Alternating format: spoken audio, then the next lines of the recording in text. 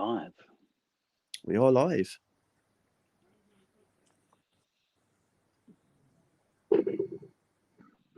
Live. Okay. We are live. Good afternoon, everybody. Welcome to part 2 of Mr. Tom Moorcroft giving an insight into the Kray Twins. If anybody's got any questions or whatever, or any comments, please put it in the chat. I'd like to welcome Tom back. Welcome back, Tom. How you feeling, mate? Hi. Yeah, I'm not too bad, thank you. Feeling better than when I was last week, where I was feeling a bit rubbish. But yeah, all's good at the minute. Yeah, all's good. All is well. Thank you. Good. We also have Steve with us, who's good. Also got Steve with us, who's normally my man in the background, but he's going to join us today and get involved. Yeah, get involved a bit more. It was a couple of weeks ago, Tom. I can't even remember where we left it. Oh, you had a surprise. You had a surprise to let us know about a third man. Yes, it was actually, well, looking back on it, it was more of an accident that the twins had when they were kids. It's actually in Reg Kray's book, Born Fighter, where they actually used to, when they were kids, they used to help a bread man with his deliveries.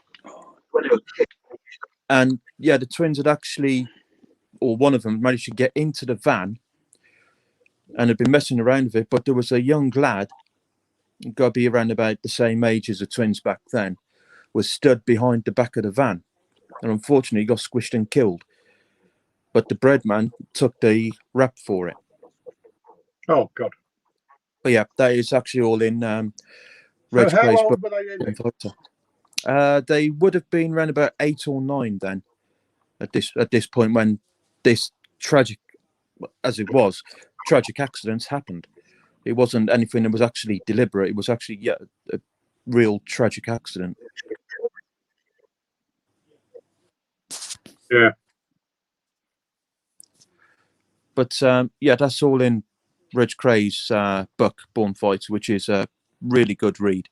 And it even actually meant... Sorry? No, yeah, carry on. Oh yeah, he actually mentions in there as well when they were imprisoned in the Tower of London for desertion. When they run away from the army and went back home to see their mum for a cup of tea. And yeah, there is actually a funny that's quote. A bit of what? Yeah, go on. Sorry, no, you broke up then, but no, carry on.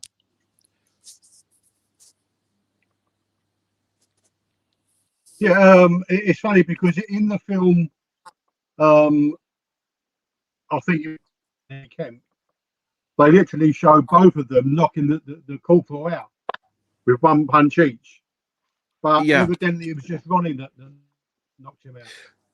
Yeah, that actually didn't really happen. It was something that glamorized for the film.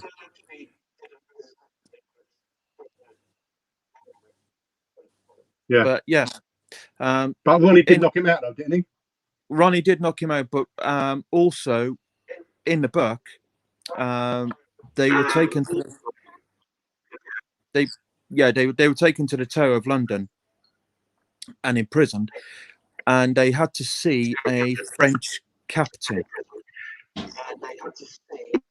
And they brought him in to see this French captain. Soldier brought them in to see this French captain, and without a word, he had a cup of coffee on his table, and Ronnie picked it up and downed it, and put the cup back. Yeah, this absolutely angered and disgusted this French captain, and he ordered him to get out and for this soldier to take them away. I think he was more frightened than anything because, suddenly this captain bellowing at him and then bellowing at him, and he'd done nothing wrong. And Ronnie Kray's response to it all was, well, I was only a Firstly, you greedy bastard. What else do you expect?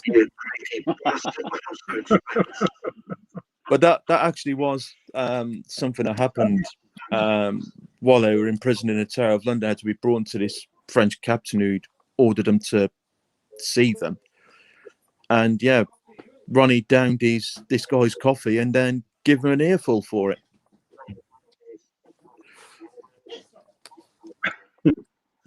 So obviously, So, yeah. over the years since you've been doing this, you've probably got quite a bit of memorabilia. I have, but because of the size of the premises that I live, I can't collect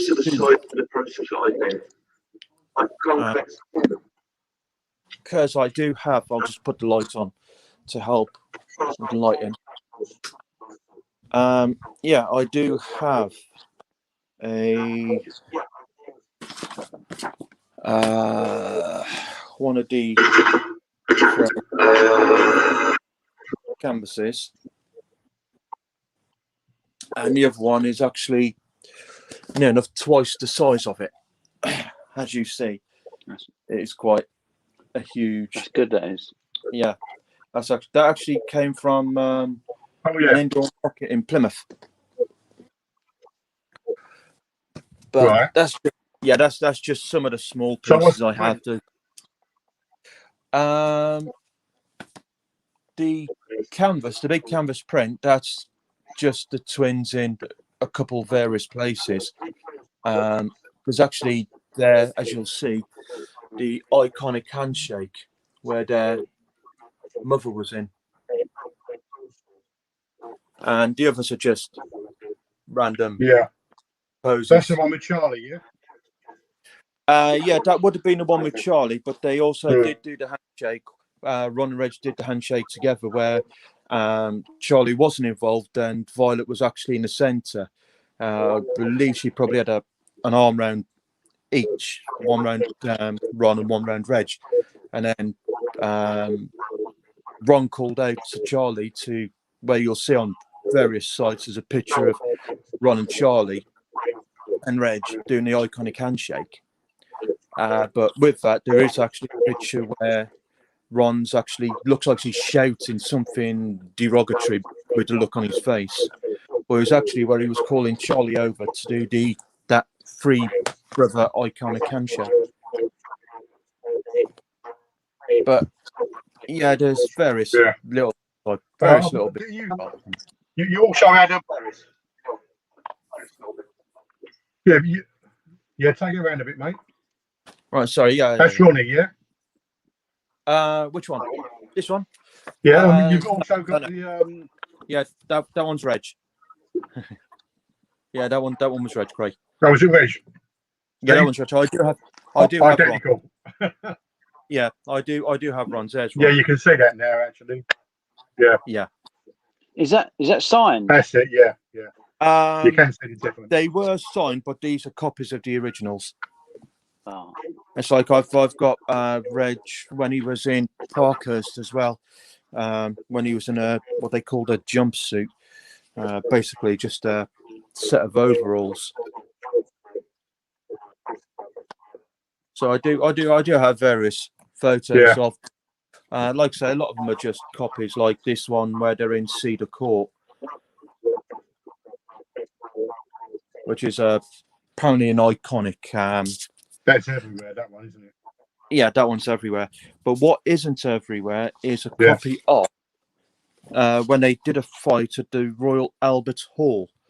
You actually had Ron Kray against Bill Sinley and Reg Kray against Rob Mantiano. And I think, just double check.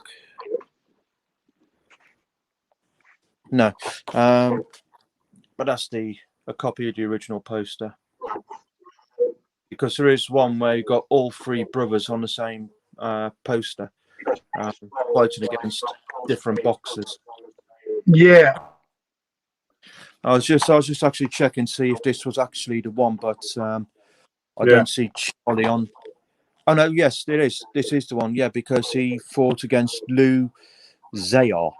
from Aldgate. So that is actually the bill where all three brothers fought on Well, the it was only same. round the corner, wasn't it? Yeah. Wow. Yeah, that is actually the one where all three of them were on the same bill. And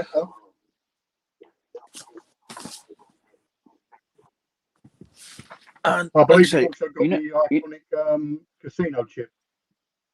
oh yes, I have the casino chips. Let's see.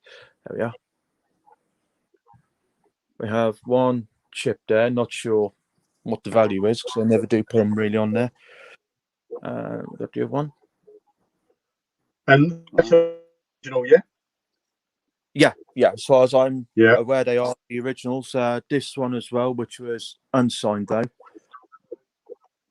And I've got a couple playing cards as well. So I got Right. the four of spades and the king of spades. So yeah. And they're all original. Yeah, these are all originals. These came from a private collector who was looking to sell on some of his collection. DVDs, I have the iconic one that everybody knows, the Krays, with Martin and Steve Kemp. Gary Kemp. Oh, sorry, yes, Gary Kemp and Martin Kemp. Yeah, so I've got Rise of the Krays as well. And a film I do rate, and Steve mentioned him earlier, was Tom Hardy in Legend. Yeah. But that's Because he played double part, didn't he? Yeah, I think that was a better film out of all of them. Yeah. But he actually portrays Ron as smoking I cigars. think Legend is the best out of It's a little, but they portray Ron as smoking cigars in the film Legend. Yeah, there's nothing to say. Did he actually ever smoke cigars? They said he was a chain smoker of about 20 a day, maybe more. And that was just basic cigarettes. There really. was nothing. Yeah, there was nothing to suggest that he actually smoked cigars. So I think that was just something for the film, really. You know, he might have had the odd Probably. packet, but yeah, I think that was literally just for the film. Yeah. But yeah, I've even got. It makes all things because it doesn't portray them properly, does it? When they put bits in to make it, you know. Oh No, yeah, no. that's when they. Yeah, it's like the film The Krays itself with the Kemp brothers. In that film, they actually portrays Violet as somebody who would be have a foul mouth, would swear, where Violet never swore in her life. Yeah. As John Pearson described her in an interview, she's like a Cockney Queen mother. Yeah. She never actually swore. Even people who knew her said she was actually quite a polite woman. So that would be the inaccuracy in the Krays. However, you do actually see somebody portrayed as Charlie. I think it was probably a few inaccuracies, to be honest. Yeah. But the film. I mean, in both films, in The Krays and Legend, Charlie was never really, you know, it wasn't in them really, was he, as such? No, certainly not. I don't remember seeing anybody trying to portray as Charlie in Legend, but certainly there was somebody there acting a part of Charlie in the film The Krays at the fairground when they were going around the tent that had all jars in it, and also when they were boxing against each other in the ring. Yeah, you see a guy there as Charlie, but he was in the corner, wasn't he? Yeah, but not really in the film as such. The film Legend, but but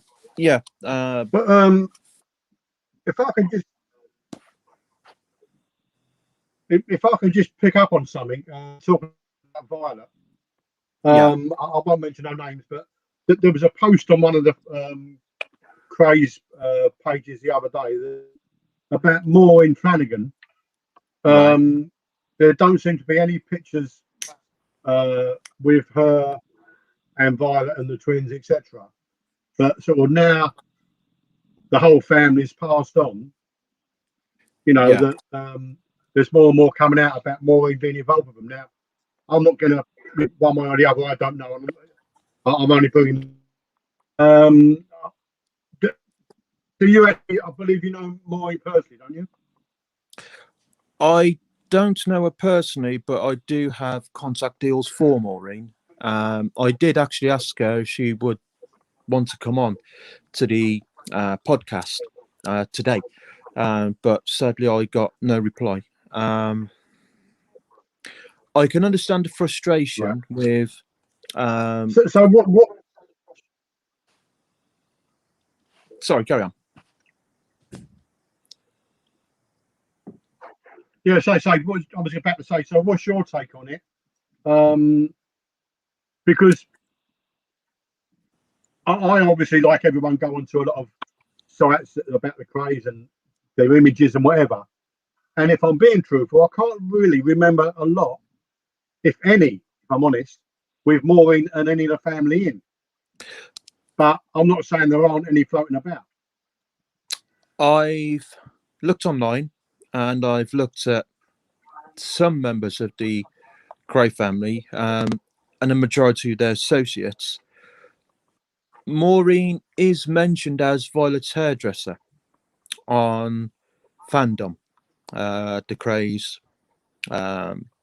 section, and a majority of it actually mentions what her working life was like. The section for when she was Violet's hairdresser, sadly, is very short. There's not a lot of information there, and photo-wise, I've not actually come across any photos of her with any members of the Kray family, unfortunately. The only photos that are available are of when Maureen was working as an actress. And, you got the still photos from a couple of the scenes or where they're taking a break and taking a quick photo shoot. But those are really the only photos or video you're going to find of Maureen, sadly.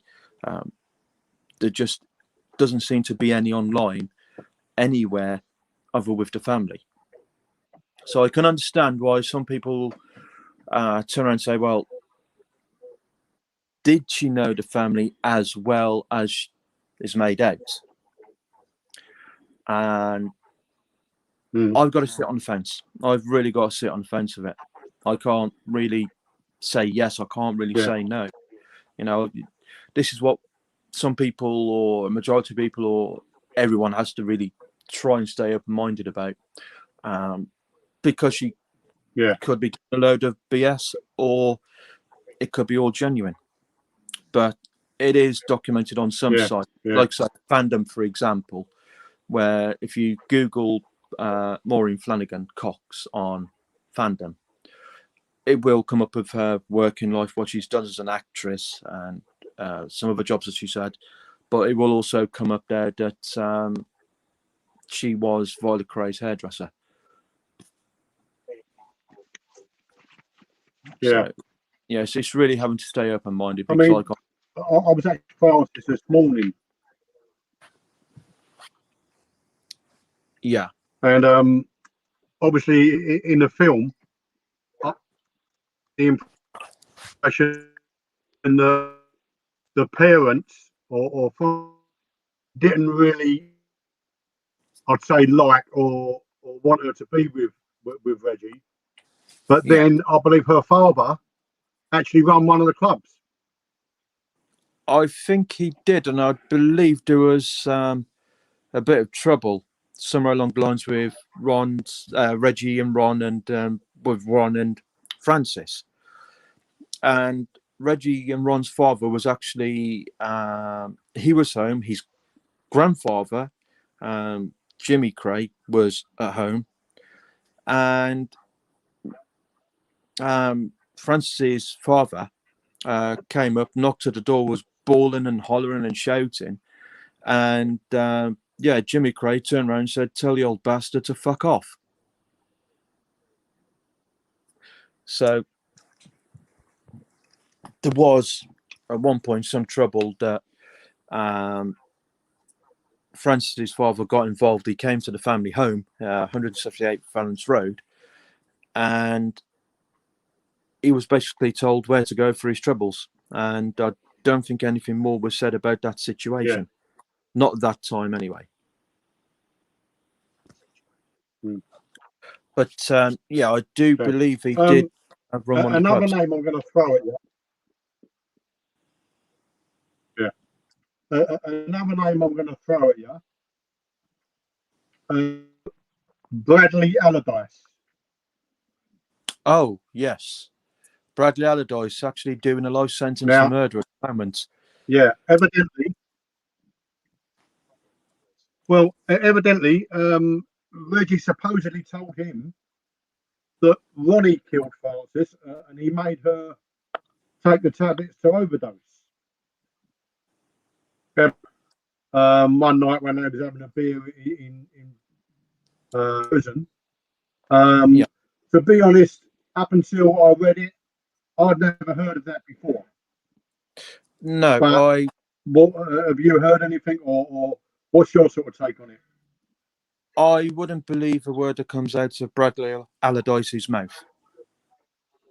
He scammed Reg for a lot of money, and this is coming from another reliable source, but sadly one I can't say who. But he actually scammed Reg out to the tune of £50,000 for a house for him and his new wife to live in. Reg was actually best man at his wedding at the time when they were in prison together. And Reg is that documented? It is documented. Reg gave him 50 grand to help him and his new wife with their house, and he stabbed Reg in the back several times. He'd moved from one prison and come back again, and Reg had given him a gold chain just as a keepsake, as a present. When he came back to the prison that Reg was in, he was hoping Reg had gone and left, but he hadn't. And Reg asked him, he said, "Where's your chain gone?" And he claims it was stolen, but it was known and documented that Allardyce did actually have a drugs problem. So it's really on that one, make of it what you can. Did he sell it for drugs, or was it actually stolen? Only he knows that. Only he'll know that truth. He was present. I believe he was present. To be honest, I've heard the name Bradley Allardyce. Yeah, it's not a name I trust, and I certainly wouldn't trust him. You know, because you had somebody else. Is he still alive? Bradley Allardyce. Yeah, he's still alive. He's serving a life sentence for murder at the moment.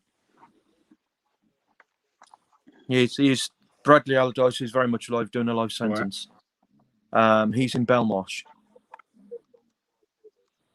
so I can tell you exactly which prison he's in. What sort of age is he now then? Oh God. Yeah. I'm just mentally imaging the picture of Reg and Bradley in Reg's cell, and Reg is wearing a white tracksuit top. I'm trying to roughly figure out the ages between them. Bradley's only got to be in his late 20s, I would say then. So I'd say no, he's got to be in his. He's got to be. Steve, can you Google that? Yeah, I'm just trying to get that now. Yeah, I'm sure he's around 30s, 40s. Yeah, it's not a name that I've heard before. You know, with any of the sites I'm on or whatever, or in any way, shape, or form until I. But what do you think on the actual on the thing you're saying about Ronnie Francis into taking the overdose? Ronnie had the mentality to do it, plus he was also very jealous of Reg, because I think in Ron's view it was always Reg and myself, or myself and Reg. Nobody can come between us. Where Francis did. Reggie fell in love with her and he married her, and I think Ronnie probably saw that as a wedge being driven between them, because Reg was spending obviously more time with his wife, as you do. You know, she's your new family, and Ron didn't like it. Ron didn't like it one bit. There was a car scene, a drive scene in Legend where Reggie's away, but Ron drives past in a car driven by his chauffeur, his driver, and he uttered the words, "People can become ghosts too." And I don't know if he would have done it physically, but he certainly would have done it verbally to try and split them apart.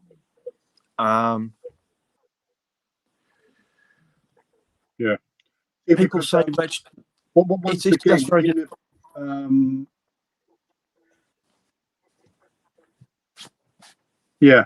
but in the film Legend, it shows going up to the flat they had. Yeah. And her brother was, you know, he actually found her, didn't he? According to, is it documented who actually found her? I don't know how it's documented. I wouldn't be able to remember. I'd have to go back and look back at it. But I believe it was Frankie who found her, her brother. If I can go into it. It's not coming up. His age is not coming up.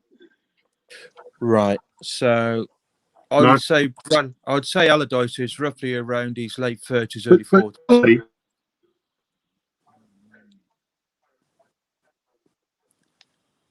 Sorry, what was that? What now?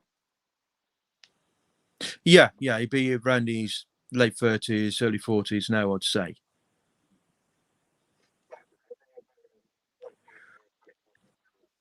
Right.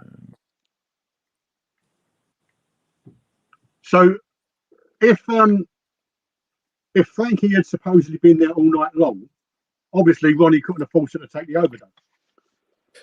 Because in the film, it's portrayed as he gets up, you know, and she doesn't reply, and he goes in the bedroom and finds her. Yeah, because he saw her in the film, thought she was asleep, went down, made her a cup of tea, brought it back up, and she hadn't moved. And of course, she didn't respond when he knocked the door either. So that made him think alarm bells. And sadly, that's when she was found deceased. It amazes me how they it amazes me that when they make these films, you know, even though it's reported that Ronnie, Reggie, and Charlie got 250 grand each for the film, that there was so much not right. You know, there were so many discrepancies. Yeah. There was some discrepancies about it, but Charlie, Ron and Reg, they always say that they gave a majority of the money, whatever it was that they earned, royalties from films or documentaries, to charity. So I well, really know on that one, but I suppose if they're banged up, Nick, money's no good to them as such, is it? No, the only thing they can do really is have items brought into them, but even then, you know, you're limited to what you can bring in. You know, certain items you can't bring in. You're not allowed to bring in tobacco anymore. You're not allowed to bring in alcohol. You never have. Mobile phones, things like that.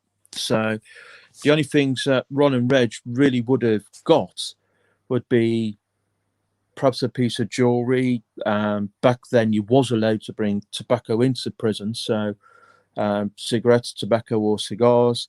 I do believe that Ron used to get a tailor come in every so often and fit him up for a new suit, and then Reg would get the bill for it. But yeah, there's not really a lot. Well, Excuse me. I would imagine that he was sort of I would imagine that Ron being in Broadmoor was probably treated more differently than Reg, because Reg was an inmate, so like he was banged up in prison, whereas Ronnie was in a mental hospital. Yeah, he was in Broad. Paying a prisoner. Yeah, he was in Broadmoor prison. And with mental hospitals, prisons, well, it's not actually Broadmoor's not actually run by the prison system. It's actually run by the NHS, but has obviously you've got to have screws in there anyway from the prison system working. That's why, this is why people in Broadmoor, for whatever reason, whatever their mental health reason is, do actually get treated better than people in mainstream prisons, for example. The only way you're really going to get decent or half decent treatment in a prison is if you're an ex-copper, because they keep you out the way and treat you better, a magistrate, a judge, or a celebrity. You know, if you're of any of those statuses, then you're going to be in a shit. You know, if anybody recognises you, that's why they keep you out the way. But you will get better treatment because of the status that you held. I mean, the thing is, I look at it that there shouldn't be no discrimination when you're inside, on other than obviously. I mean, I remember when I was a child, and you know, the thing was that there's two things you can never do. You know, you that involve killing a copper or being a paedophile. You know, if you was either of them, then you got inside, you got a bloody good hiding, you know, and that was it. But anything else was like open game. But yeah, do you think that because of the name Kray, Ronnie, Reggie, that they sort of lived off of their name when they was in prison? I think they possibly did. I know Charlie did. Although he got dragged into some situations that Ron and Reg put him in that he didn't want to be in, he had no choice to do what he had to do. But while the twins were put away, Charlie was living off the name Kray. He was lording it up. He was actually nicknamed Champagne Charlie. But of course, he obviously had deals himself that he went on to do. A majority of them, I believe, failed. And this is when he got mixed up with that drugs allegation. Why would a 70-year-old man go off and offer to buy drugs from somebody who you don't know? And then lo and behold, it's a copper you've been doing this deal with. It just does not add up. You know what? I think that I think that they younger as the late 50s, early 60s happens when they probably got banged up. Yeah. Crime was different then. Gangsters were different. There was respect. Yeah. You know, you respected them. Nowadays, I mean, you know, we call them cardboard gangsters or plastic gangsters. Yeah. They haven't got a clue what it's all about as such.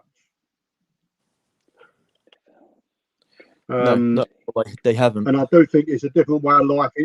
I mean, many years ago, I can't even remember the year now, but I actually worked in Brixton Prison. Yeah. And when you see some of the things they do, and they get away with, it's unbelievable. Yeah. I remember waiting outside to go in on one morning. The two screws we had looking after us was the one that was involved when the IRA tried to shoot their way out of Brixton Prison. So they put them on light duties. And we're waiting to go in, and one of the screws, hang on, like 10 minutes, there's a minibus coming out. And I said, blimey, a bit early got caught on it. He said, no, they're going swimming. And I thought, hold up here, I'm going in there to do a day's graft. Never been banged up before, whatever. And they're banged up and they're taking them out swimming. Bloody hell. It's madness, really, what they get away with today. It is. It is. I believe. Also, Reg... I mean, Sorry? Yeah, go on. Yeah, I do believe Reg passed through Brixton prisons as well. I believe that was one of the prisons he's frequented. Yeah. I'm not sure whether he's when he was banged up for life or on a separate occasion, but I do remember hearing Brixton prison being brought up. So, yeah, I believe he possibly passed through there at some point. The only trouble is, poor bloke, he was passed around like a piece of meat. What they should have done was kept him in one prison until he was able to recategorize and become a Category C prisoner. Category B prison, then C. Because at Category A, he was just passed around from prison to prison to prison, and it unsettled him that much and depressed him that much. It really did mess with his head. And there was actually a couple of occasions where Reg Kray did try to kill himself. He actually tried slashing his wrists because of the depression of his sentence and being passed around through the system to different nicks, which was quite unfair, really.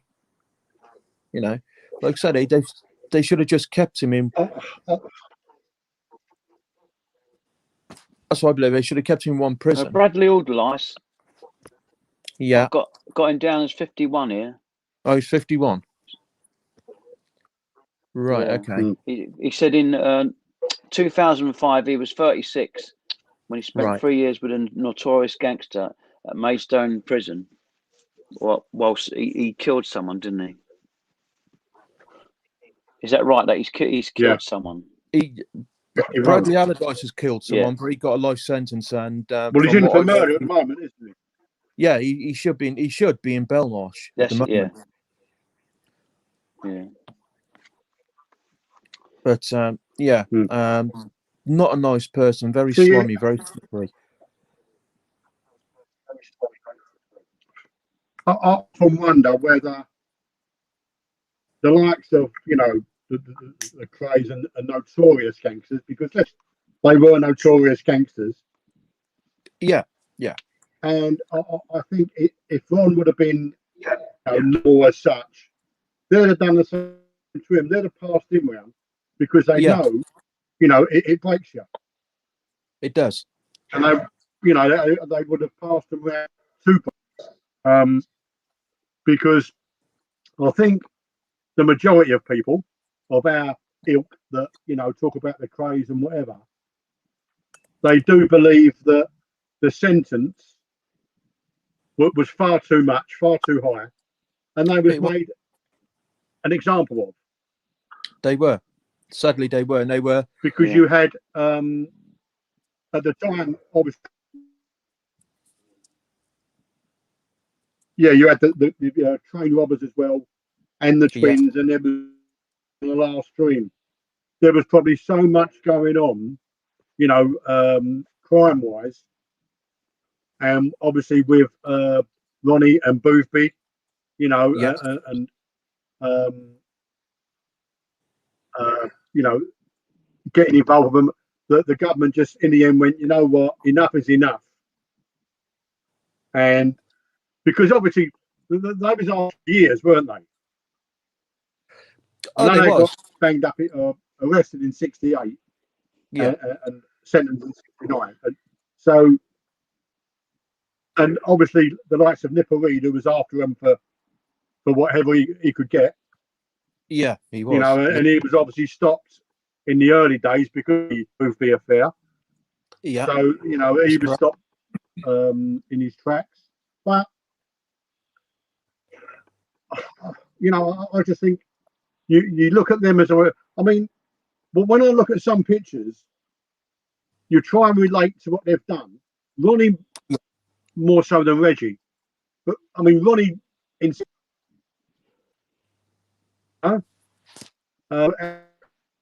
in crimes, but when I look at Ronnie and think, yeah, you could have.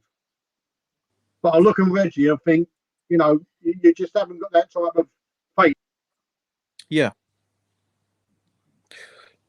But yeah, people have said they've spoken to Ronnie. Who was the dominant, Tom? Who was the dominant twin? Was it Ronnie? That was Ronnie, yeah. Ronnie was more dominant. Oh, yeah. But people have looked. Yeah, people have looked at Ronnie, looked him in the face, and said he's got dead eyes. You know, his eyes are like a shark. There's nothing there.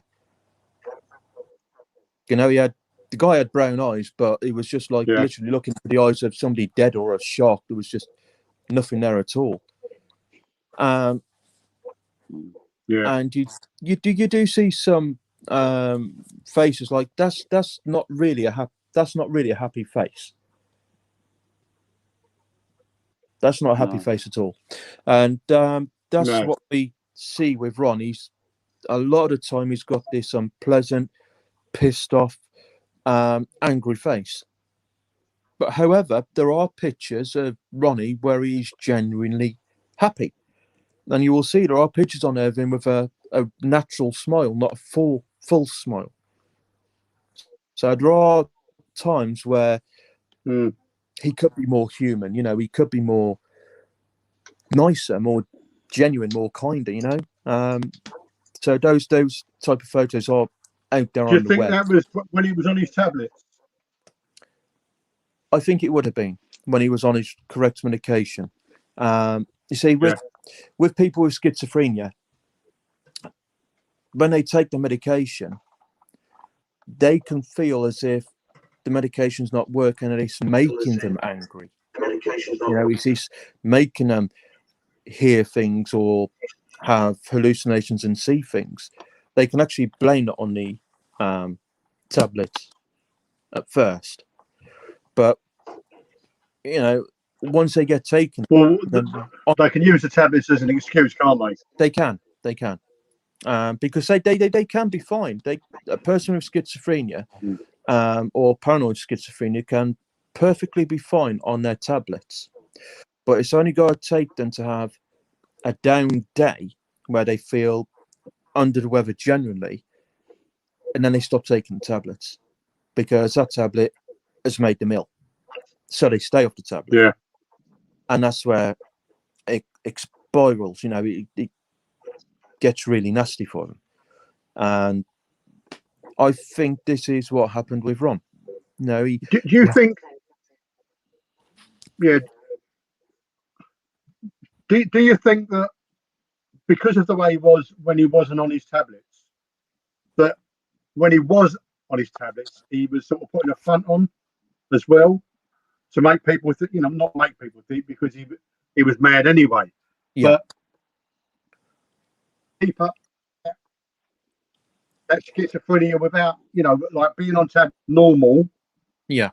But he kept it up as a pretense, so people wouldn't, you know, doubt him in a way. Yeah, but I think he probably could do that whilst on his tablets, and definitely when he was off his tablets. He could potentially put that front on. Yeah, I'm fine. I'm taking my meds. Everything's all good. Everything's cool. But then the slightest thing and snap. It's like, shit, Ron, you're not on your meds. You know, Yeah. and by that time it's too late because he's given somebody a good hiding or somebody's had a severe earful of him. And then you think, well, yeah, Yeah. you're not on your See, meds, mate. That's what I can understand is, yeah, what I could never understand was that obviously going etc. etc. He was better off when he was on his tablets. yeah. And he never sort of said, you know, come on, a totally different person altogether. When so why would he not take them?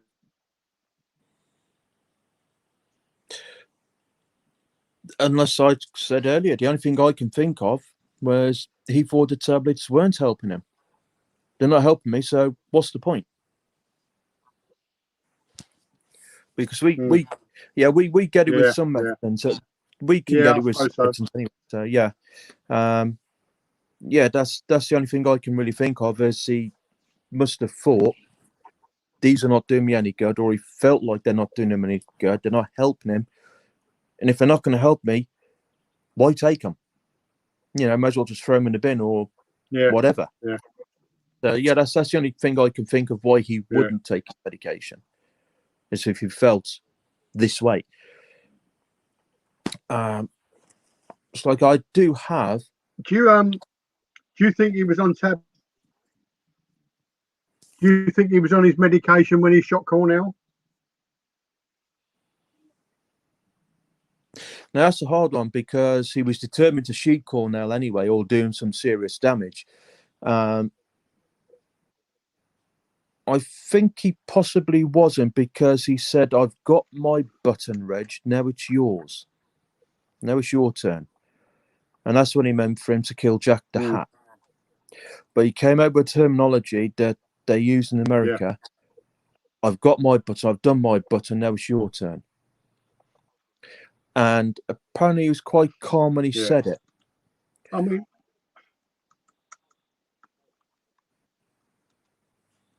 see, the reason I say that is that in the film Legend, yeah, after he shot Cornell and they was back at their mums at Patrol, you know, at the time. Yeah, and he seemed very only in the film, but he seemed very withdrawn and whatever, you know. He was definitely off his head. Yeah. Yeah. Is that just a film? Well, it is likely that he probably wasn't on his tablets at that point, but he was hell bent on getting Cornell. And a lot of people have said Cornell called him a fat puff. There are actually tapes, recordings that a guy did with Ron in an interview in Broadmoor. And this subject was brought up. And apparently Ron didn't feel comfortable answering, but his answer was, he never called me a fat puff. He made threats to kill me. So I got there first. So yeah, that was... I mean, I dare say, you know, Cornell would have killed him.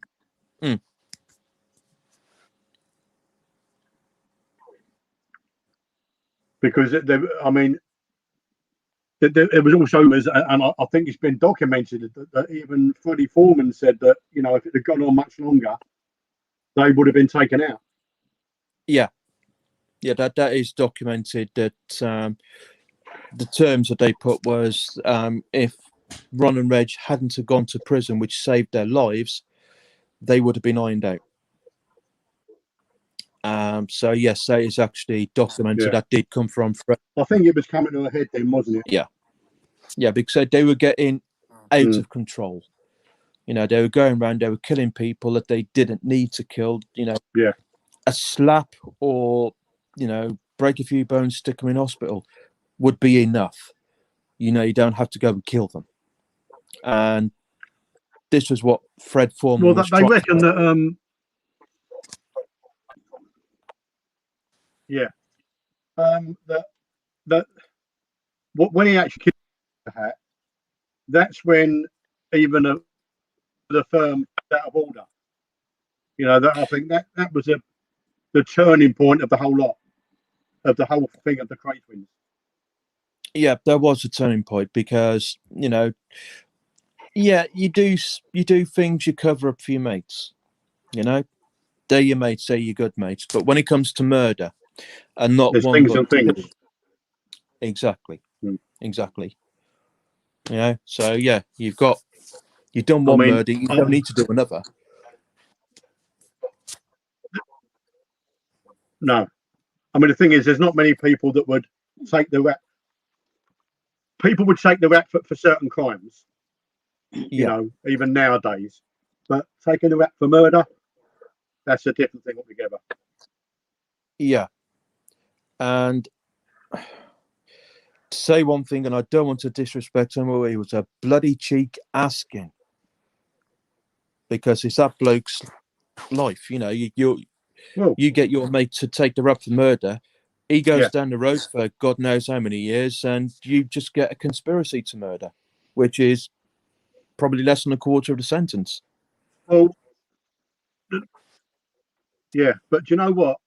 Even because who was it that tried to get to take the rap for Cornell and McVitie, didn't they? They tried to get to the firm to do that. But even if someone else did take the rap, how long before that they killed someone else?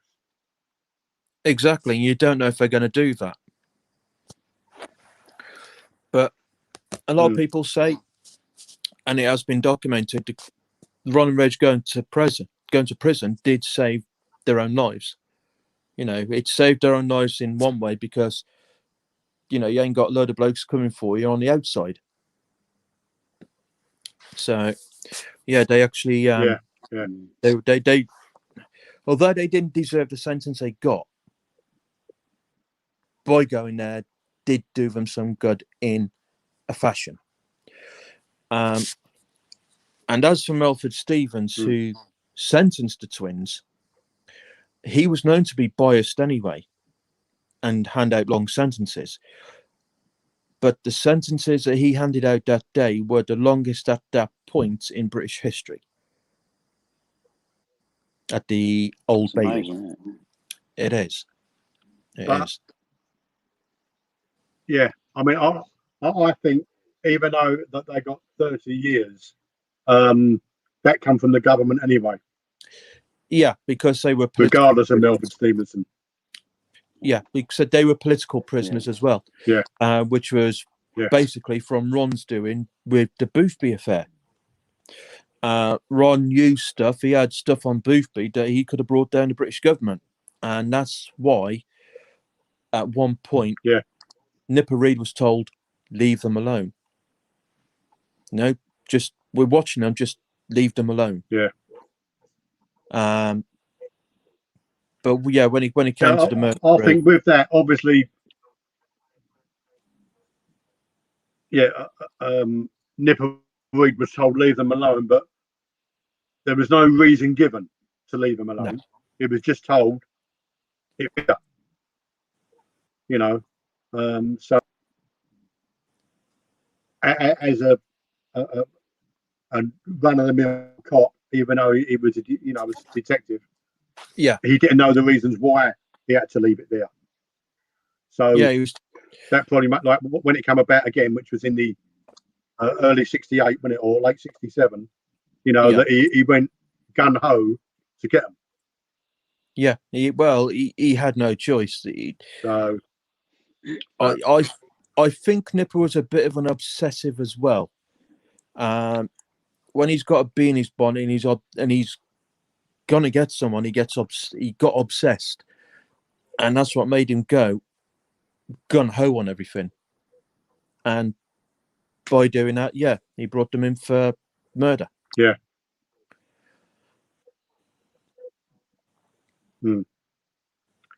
Well, I mean, we've been going just under an hour now, Tom. Okay. If we was to do another one, have you got more information or more things you can share? I possibly have. I've got more bits here somewhere that I can share, and I'm sure there's more knowledge in the old grey cells that I can try and dig out. Yeah, but they never actually Okay. hurt anyone that was bad, that was good though. no, Did they? no. Their attitude was women and children and the elderly, leave them alone. You know, they're untouchable. Yeah. Your average bloke, if he upsets you, yeah, give him a slap. That had been noted where two blokes came into a pub and Ron and Reg were sat on bar stools. I think at the time they said they were drinking gin and tonic. And two guys came in, had a go. Ron put one out with his left duck and one out with his right. And Reg took him outside and named on the pavement, came back in and drank his drink. Nothing ever more was done. But the only reason for that was because they were getting a bit leery and they were saying unkind words, as Reg put it. So, yeah, I think really they would only ever really seriously hurt their own kind. You know, the average working bloke, like I said, if he's a bit leery, give him a quick slap, sling him out. Yeah. But yeah, there's nothing to say that they never killed. Thing is, though, it was a different world then, Tom, wasn't it? It was. It was respect and a code. So, yeah, you had the respect there, you had the code there.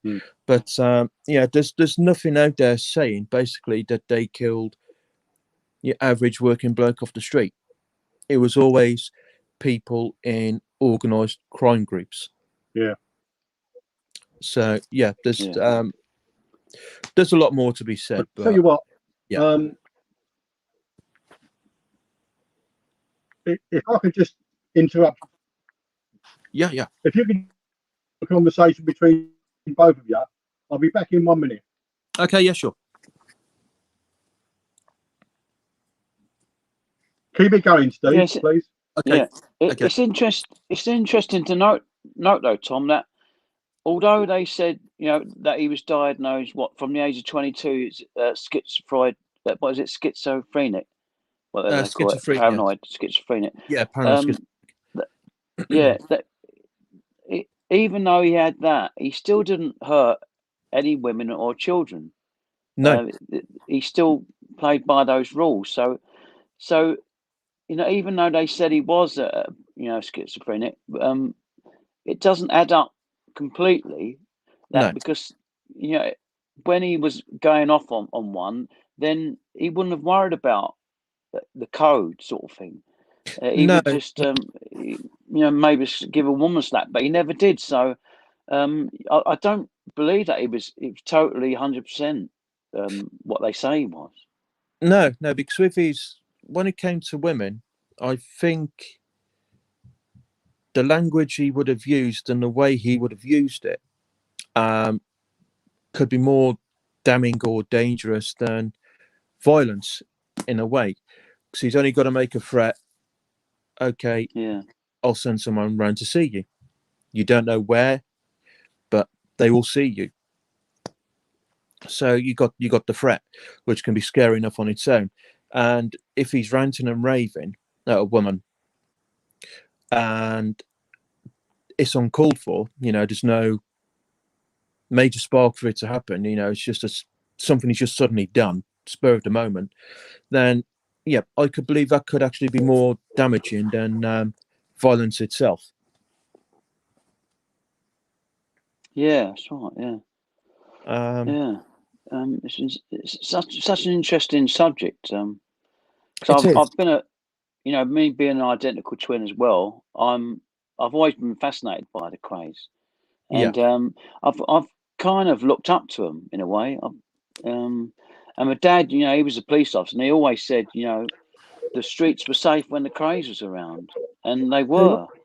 You could leave your back door open and anything in them days. Yeah, and that's completely true. The day the Krays were put away was when you noticed more trouble coming into the streets of London and more police being involved. Yeah. When they were on the streets doing whatever they had to do, they were like their own small police force. It's completely correct. You could leave your back door open. There was no worries because they were around, and it would get back to Ron and Reg if something happened. If an old lady got robbed or something happened to her, it would get back to Ron and Reg, and they would sort it. Yeah. It wouldn't be in the nicest of ways, but it would be sorted. Yeah, fascinating. Yeah, definitely. But yeah, I totally agree. Yeah, the streets were safe. I think the world was a better place, I really do. Yeah, because okay. Right, Tom, listen, mate. Thank you very much once again. Okay, no worries, no problem. Nice to see you again, Tom. Is, hopefully we'll go for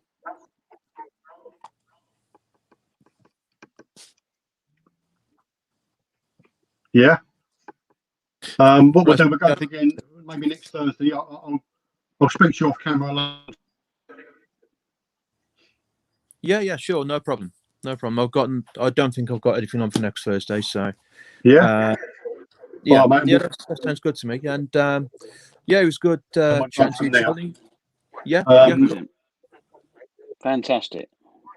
Ideal. It was good chatting to you too, Steve. Cheers, just Tom. hang on before you go, mate. Fantastic.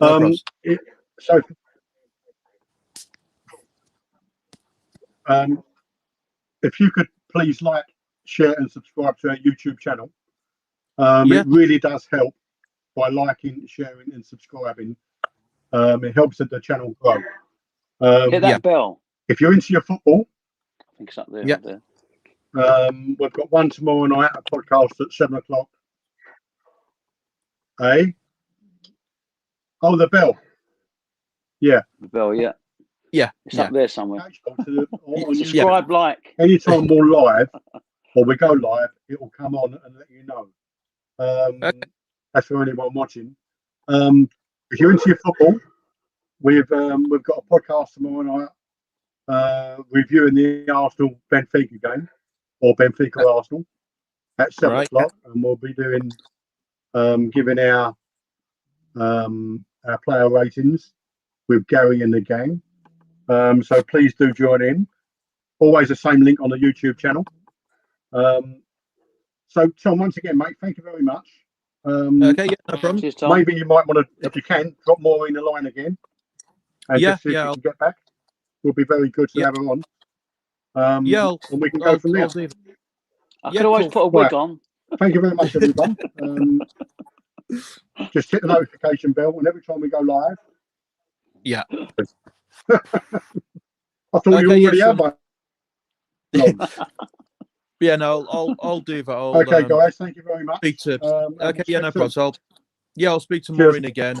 Try and get her to come on. Okay, cheers.